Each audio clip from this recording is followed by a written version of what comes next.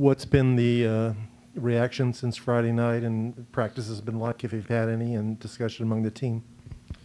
Um, yeah, we've pretty much just been discussing um, mainly our purpose offensively, what we've been trying to accomplish offensively, and we talked about how our defense has been playing pretty well and how we got to continue to sustain that and we got to maintain that throughout the course of an entire game, even when we have scoring droughts. But we really put an emphasis on trying to get the ball in the paint offensively. Trying to really attack the paint, drive the paint, um, on kickouts, even get in the paint again, draw more fouls and things like that. Just trying to get the ball in the paint more. Not that we don't want to take perimeter shots and take threes still, but we just want to make sure we're getting our paint touches and we're trying to draw more fouls and just get more paint touches as a team. Jared, when you guys look back at it, you got 3 free throws in the game. Did you guys go through and look at opportunities or see chances where you could have gotten into the paint more, maybe created more of that contact? We didn't really specify like certain instances, but we definitely are aware of some. Like I think everybody's kind of aware of opportunities that they had throughout the game, and again, I just think it's been an overall like message from the coaching staff to us as players, and that's just really been the emphasis and the focus this last couple of days, is just getting in the paint. However you got to do it, finding different ways to get the ball in there, and making sure that when we get in there, we're strong enough to make good decisions and we're smart enough to make the right play when we get in there. How much of a departure is that from your style? You seem to be a pass-first point guard instead of driving and trying to make something happen. Is that something you're comfortable with? Yeah, I mean, getting in the paint, you can still create from the paint, I mean, he didn't necessarily say that we have to shoot when we get in there, so as long as he just wanted to make sure that that's our focus. We just don't want to be playing along the perimeter the entire possession of the entire game. We're just trying to be more aggressive and get more paint touches, draw more fouls.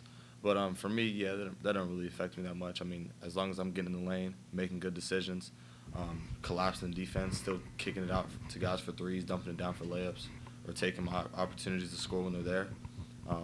Yeah, I mean, I feel comfortable doing all that, so it doesn't really affect me that much as long as I stay aggressive.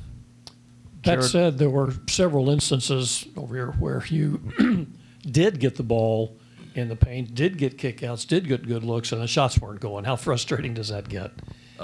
It's definitely frustrating. It's, when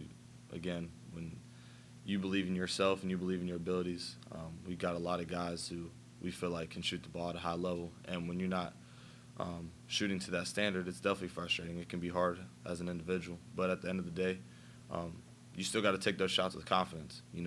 Passing up a wide open three off a kick out is not that's not the option. If you're wide open, you got to take the shot and you got to shoot it with confidence. So it is frustrating, but at the end of the day, you got to have confidence in your abilities and continue to put the work in and shoot those with confidence. Jared, what was it about Friday that Paul did? Was it a look that you make that led you guys settling for so many shots outside? They went with that zone, matchup zone look. I think that threw us off a little bit. But I also think they had a shot blocker in there. He ended up blocking a lot of our shots, and I think maybe that could have had something to do with it as well. But, again, we have to still be able to maintain our aggression and our confidence to get in the paint. And, again, that doesn't necessarily mean we have to shoot. When we get in there, we got to be smart enough and understand the situation. Can we score? If we can score it. If not, if we got a guy open, we got to be able to kick it out or dump it down. So I would say probably because they went to that zone, and I think that threw us off a little bit, and then they had a shot block in there that was doing a pretty good job. Jared, I know basketball takes up so much of your time, but were you able to see any of the coverage of what was going on in the western part of the state with the tornadoes this weekend, and what did you think of seeing that stuff? Yeah, I was aware of what happened. I mean, it's really unfortunate that what happened. I mean, I saw pictures and stuff, and it's really it's tragic, and it really kind of opens up your perspective.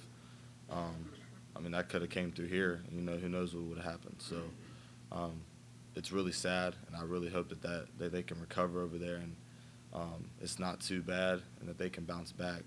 We're sending prayers out their way for sure. And, I'm just really grateful that didn't happen to us, and that everybody here is safe and okay. So it's very unfortunate that happened though.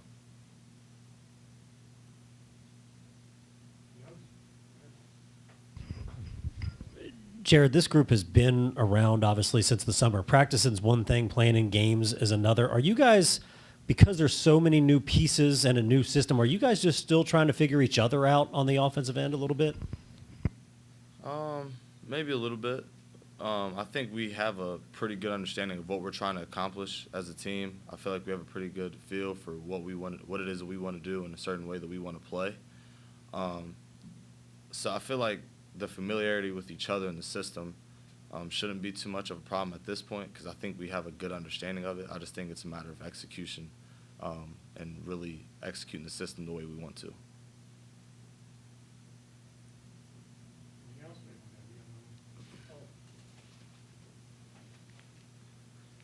Jarrod, as one of the leaders of the team, how do you make sure that you don't lose Jalen? He's been struggling so much. The expectations were so high for him.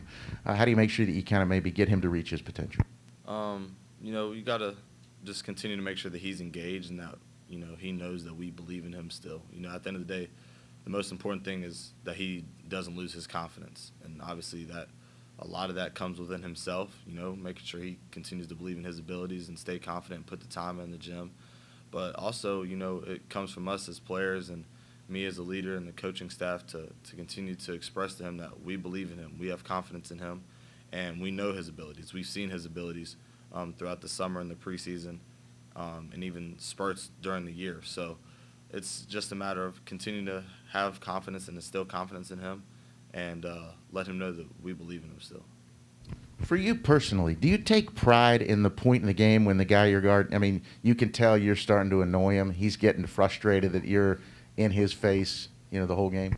Yeah, that's definitely something that I take pride in. I feel like we played a lot of good guards this year so far. And, I enjoy those challenges and I enjoy those matchups. So that's something I take pride in for sure. And, the coaches believe that I can win a lot of those matchups. They believe in me, and that's why I'm normally guarding those guys. So, I definitely take pride in that. It's something I take really serious, and I enjoy the challenge.